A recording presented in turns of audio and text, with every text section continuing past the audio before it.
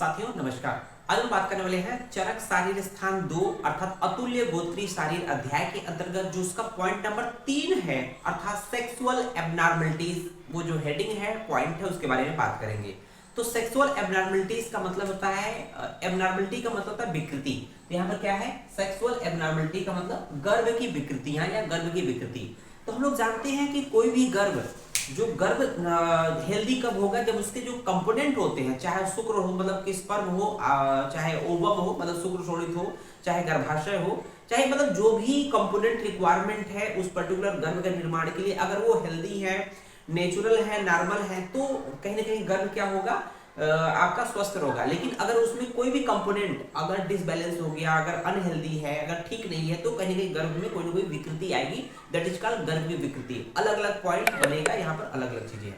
तो यहाँ देखेंगे कि गर्भ की विकृतियां या सेक्सुअल एबनॉर्मलिटी जो है चरक ने शारीर स्थान में 8 बताई है। कौन कौन सी होती है, गर्भ की विकृति कितनी होती है चरक अकॉर्डिंग, 8 होती है। चरक शारीर स्थान 2 में गर्भ की 8 विकृतियां पाई गई है। कौन कौन से, इसी को हम लोग को पढ़ना है यहाँ पर, इसी को डिटेल में हम लोग बात करेंगे। तो देखिए पहले पॉइंट है द्विरेता, दूसरा है पौनेन्द्री। पहला है द्विरेता, पौनेन्द्री, संस्कार वाली षंड, नर षंड, नारी षंड, वक्री, ऋष्या रहित संतान और वातिक षंड। ये टोटल 8 जो है गर्भ की विकृतियां हैं, जिसको आप लोग को पढ़नी है। उसके अलावा जो है आचार्य शारंधर ने भी गर्भ 8 विकृतियों के बारे में बात किया है। तो 8 गर्भज रोग शारंधर ने भी कुछ इसके बारे में कहा है। 8 गर्भज रोग या 8 जो है गर्भगद या गर्भ व्यापद या गर्भगद या गर्भज रोग, ये 8 होते हैं काडिम शारंधर। ये कौन कौन से इसके बारे में देख लेते हैं, पर नाम देख लेते हैं। देखेंगे उपविष्टक, नागोदर, मूढ़ गर्भ, गूढ़ गर्भ, विषकुंभ, विषकंभ, जरायु दोष, गर्भपात और मक्कल। ये आपके टोटल 8 ये शारंधर के गर्भ की विकृतियां हो गई। अब आइए हम लोग बात कर लेते हैं चरक का जो 8 गर्भ की विकृतियां हैं उसके बारे में एक एक करके बात करेंगे। क्या देखिए यहाँ पर पहले श्लोक में 2 पॉइंट दिया, 2 विकृतियां है, पहले द्विरेता और पौनेन्द्री, इसलिए पहले नंबर पे द्विरेता, दूसरे नंबर पे पौनेन्द्री। तो देखिए यहाँ पर दिया हुआ है, यहाँ 2 लाइन का श्लोक है जिसमें देखेंगे विजात सम अंश उपतप्त विजात सम अंश उपतप्त विजात स्त्री पुंस लिंगी भवती द्विरेता। तो यहाँ पर द्विरेता में क्या बोला गया है, द्विरेता, जैसा कि नाम है द्विरेता। द्विरेता का मतलब होता है कि स्त्री पुरुष जो है वो स्त्री और पुरुष दोनों के लक्षण प्रेजेंट करे, ठीक है ना, ठीक है, दैट इज कॉल्ड द्विरेता। लेकिन उसमें जो एक्चुअल स्त्री और पुरुष के जो होने चाहिए वो लक्षण नहीं आते। जैसे स्त्रियों में जैसे स्तन नहीं पाया जाएगा ऐसी स्थिति में, और स्तन नहीं पाया सकता है, यहाँ तक कि गर्भाशय नहीं बन सकता है ना। ये चीजें जो स्त्रियों के लिए मुख्य रूप से जो सेक्सुअल ऑर्गन होते हैं उनका निर्माण ही नहीं होगा। अगर वो बालक है तो बालक में क्या होगा कि उसमें दाढ़ी मूंछ का निर्माण नहीं होगा, उसमें लिंग का निर्माण नहीं होगा। तो ये द्विरेता में बोला गया है। तो देखते हैं कि शुक्र व आर्तव, यहाँ पर बोला गया है शुक्र व आर्तव समभाग में होने से, जब स्त्री का शुक्र आर्तव और पुरुष का शुक्र, जब उनको बोला गया है ना कि जब शुक्र की मात्रा ज्यादा होगी तो पुरुष पैदा उत्पन्न होगा, स्त्री की आर्तव की मात्रा ज्यादा होगी अगर बीज में तो क्या होगा, पुत्री पैदा होगी। अगर दोनों समान भाग होंगे तो संडकी पैदा होगी, तो दोनों के बीच का होता है। तो वही कह रहा है जब शुक्र आर्तव समभाग में होने से, शुक्र आर्तव का जब समागम होता है, स्त्री पुरुष का समागम होता है, तो शुक्र आर्तव जब रिलीज होते हैं तो उसमें शुक्र आर्तव की जो स्ट्रेंथ है वो इक्वल होगा, है ना, मात्रा है इक्वल समभाग होने से। दूसरा कारण क्या है, वातादि दोष से दुष्ट होने से। शुक्र आर्तव के वातादि दोष से जब दुष्ट हो जाएंगे तो क्या होगा कि स्त्री व पुरुष दोनों के केवल लक्षण उत्पन्न होंगे। स्त्री और पुरुष के चाहे वो जो बालक या बालिका उत्पन्न होगी उसमें केवल सामान्य लक्षण उत्पन्न होगा, विशेष लक्षण नहीं होगा। तो हम लोग देखते हैं लक्षण 2 प्रकार के होते हैं कि एक तो साधारण लक्षण होता है जो नाक, कान, गला, नेत्र, ये चाहे बालक हो चाहे बालिका हो, लड़का हो लड़की दोनों पाया जाएगा। तो ये तो प्रेजेंट पाया जाएगा, ये उपस्थित रहेगा उस बच्चे में। लेकिन जो विशिष्ट लक्षण है, चाहे वो स्त्री हो चाहे पुरुष हो, तो विशेष लक्षण की बात करेंगे। जैसे स्त्रियों की बात करें, स्त्रियों में योनि हो गया, स्त्रियों में योनि है, स्तन है, इनकी उपस्थिति नहीं होगी, मतलब योनि और स्तन का निर्माण होगा नहीं लड़कियों में। अगर लड़का है तो क्या होगा, उसमें मेड अर्थात जो मूत्र इंद्रिय होता है, लिंग होता है, वो नहीं बनेगा, दाढ़ी मूंछ का निर्माण नहीं होगा, निगेटिव मतलब नहीं होगा। ये विशेष लक्षण यहाँ पर पाया गया है, यहाँ पर ये चीज नहीं होता है। दूसरा पॉइंट हम लोग देख रहे हैं यहाँ पर, इसको बोलते हैं द्विरेता, पहले पॉइंट में। दूसरा पॉइंट है पौनेन्द्री। पौनेन्द्री का क्या मतलब होता है कि जो पुरुष का जो उत्पन्न बालक होता है, जो मतलब जब स्त्री पुरुष समागम करते हैं, मिलते हैं, तो उससे उत्पन्न जो लड़का होगा उसमें शुक्र का निर्माण नहीं होगा। शुक्र निर्माण न होने से वो क्या होगा, जो उसके लिंग से जो मैथुन के समय शुक्र नहीं निकलेगा, शुक्र न निकल के सिर्फ हवा निकलता है, दैट इज कॉल्ड पवन इंद्री। पवन मतलब वायु, इंद्री मतलब लिंग। लिंग से मैथुन के समय उस लड़के में केवल हवा निकलेगा, शुक्र निकल, दैट इज कॉल्ड पवन इंद्री। आइए देख लेते हैं शुक्राशय, शुक्राशयम गर्भगतस्य, शुक्राशयम गर्भगतस्य हत्वा करोति वायु पौनेन्द्रियत्वम। अर्थात इसके बारे में देखेंगे कि गर्भाशय में गया हुआ गर्भ, जब जैसे गर्भाशय का मतलब जब स्त्री पुरुष का समागम होता है, सहवास होता है, तो उसमें शुक्र शोणित के मिलने से गर्भाशय में क्या होगा भाई, गर्भ का निर्माण होगा। अगर गर्भ में लड़का है, गर्भ पल रहा जो बच्चा लड़का है, तो उस कंडीशन में क्या होगा कि गर्भाशय में गया हुआ गर्भ, अगर पुत्र है ना, लड़का है, पुत्र है, के शुक्राशय, शुक्राशय को गर्भाशयगत वायु जो होती है, विकृत वायु नष्ट कर देती है। तो अगर वो लड़का है, उसके अंदर जो भी उस बच्चे के गर्भ में अगर लड़का है, उस लड़के का जो शुक्राशय है वो विकृत वायु, गर्भ में विकृत वायु उसको नष्ट कर देती है, विकृत वायु नष्ट कर देती है। नष्ट करने से क्या होगा कि शुक्र निर्माण नहीं होगा। भाई गर्भाशय, शुक्राशय का निर्माण नहीं हो रहा है, शुक्राशय है ही नहीं, तो शुक्र का निर्माण नहीं होगा। शुक्र निर्माण नहीं होगा तो केवल वायु निकलता है मेढ्र से, अर्थात लिंग से मैथुन के समय केवल वायु निकलती है, अर्थात शुक्र नहीं निकलता है। अब ऐसी स्थिति में क्या होता है कि मेढ्र में, मतलब उसके लिंग में जो होता है, पुरुष के लिंग में बल होता है, मतलब उसमें स्ट्रेंथ तो होती है, लेकिन मैथुन में उत्साह नहीं होता। क्यों उत्साह नहीं होता? क्योंकि उसमें शुक्र नहीं होता है, मतलब शुक्र नहीं है तो मतलब कि जो मेल हार्मोन होते हैं, सेक्स हार्मोन होते हैं, उसकी वजह से जो हर्ष होता है, प्रहर्ष होता है मैथुन से वो नहीं हो पाता है, ठीक है ना, दैट इज कॉल्ड पवन इंद्रिय। क्लियर है?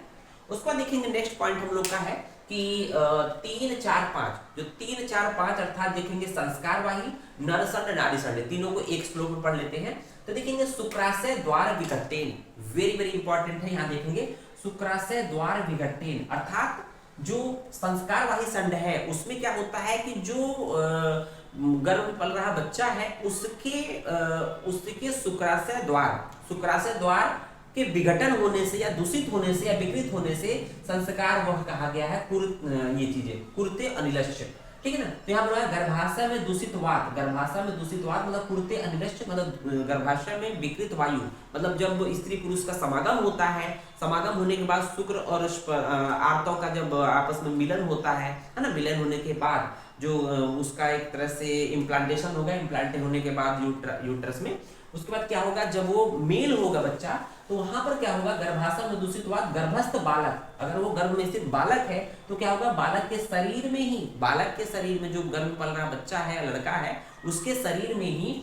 शुक्राशय के द्वार को विघटित तथा विकृत कर देता है। तो गर्भ में स्थित जो विकृत वायु है वो शुक्राशय के द्वार को विघटित अर्थात विकृत कर देता है, दैट इज कॉल्ड संस्कारवाही। एक्चुअली होता क्या है, नाम क्यों संस्कारवाही पड़ा है, कि संस्कार का मतलब उसको हम लोग चिकित्सा के द्वारा ठीक कर सकते हैं। तो यहाँ बोला गया इसे बाजीकरण, आप लोग अभी 3rd ईयर में पढ़े होंगे चरक चिकित्सा स्थान में, कि इस प्रकार के जो संड होते हैं, इस प्रकार के नपुंसक होते हैं, संस्कारवाही नपुंसक जो होते हैं, ठीक है, और इनको बाजीकरण औषधियों के द्वारा और अन्य चिकित्सा से मैथुन में शक्ति उत्पन्न किया जा सकता है, अर्थात उसको ठीक किया जा सकता है, दैट इज कॉल्ड संस्कारवाही संड बोलते हैं, ठीक है। उसको देखेंगे चौथा पांचवा, ये 2 लाइन और है कि कुर्ते अनिलश्चित मंद अल्प बीजाव बला हर्षे क्लीबव च हेतु विकृति द्वयस्य, है ना, हेतु विकृति द्वयस्य मतलब 2 विकृति होती है, यदि काल नरसंड नारीषण। तो यहाँ देखेंगे नरसंड नारीषण एक साथ हम लोग एक्सप्लेन करेंगे कि मंद शक्ति, तो देखेंगे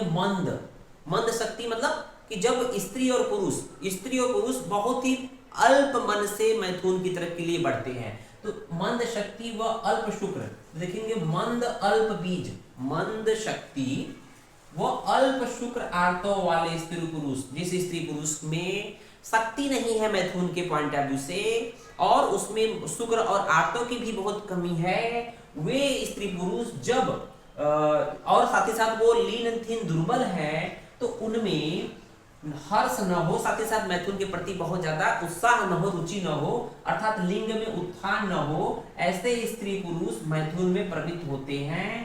तो स्त्री व पुरुष दोनों में के विकृत होने से नरसंड और नारीसंड की उत्पत्ति होगी। उससे उत्पन्न अगर लड़का होगा तो दैट इज कॉल्ड नरसंड, अगर लड़की उत्पन्न होगी तो दैट इज कॉल्ड नारीसंड। समझ में आ गया? कहने का मतलब नरसंड और नारीसंड में बेसिक डिफरेंस क्या है कि जो स्त्री पुरुष है पहले तो वो अपने जो काम इच्छा उनके अंदर बिल्कुल नहीं है, साथ ही साथ उसमें शुक्र और जो उसमें बीज होता है शुक्र आर्तों की कमी है, साथ ही साथ उसके शारीरिक दुर्बलता है। इससे क्या होगा कि उनका जब मिलन होगा, बेमन से मिलन होगा, बिना उत्साह से मिलन होगा, मैथुन करेंगे, तो उससे उत्पन्न अगर बालक होगा तो उत्पन्न होगा दैट इज कॉल्ड नरसंड, अगर बालिका उत्पन्न हो गया दैट इज कॉल्ड उसको नारीसंड बोलेंगे। ठीक है, अब देखेंगे नेक्स्ट पॉइंट है कि छठवां सातवां एक साथ पढ़ेंगे। तो छठवां सातवां मतलब वक्री और वातिक संड।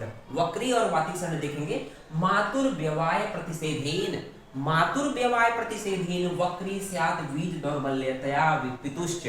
देखेंगे ईर्ष्याभिभूत वापि मंद हर्ष वीर्य रेतेवे वदति भेदुमा। तो यहाँ पर दो पॉइंट बताया गया है, वक्री और वातिक संड, वक्री और ईर्ष्यारती संतान। ठीक है, वक्री का मतलब होता है, देखेंगे यहाँ पर कि शरीर का टेढ़ा होकर मैथुन करना, मतलब मैथुन के समय स्त्री जो होती है, स्त्री का शरीर टेढ़ा है तो उससे जो संतान उत्पन्न होगी दैट इज कॉल्ड वक्री। तो यहाँ पर देखेंगे मैथुन काल में, मैथुन के समय की बात कर रहा है, सेक्स के समय की बात कर रहा है, माता की मैथुन इच्छा न होना। पहला पॉइंट, माता की मैथुन के प्रति इच्छा न होना।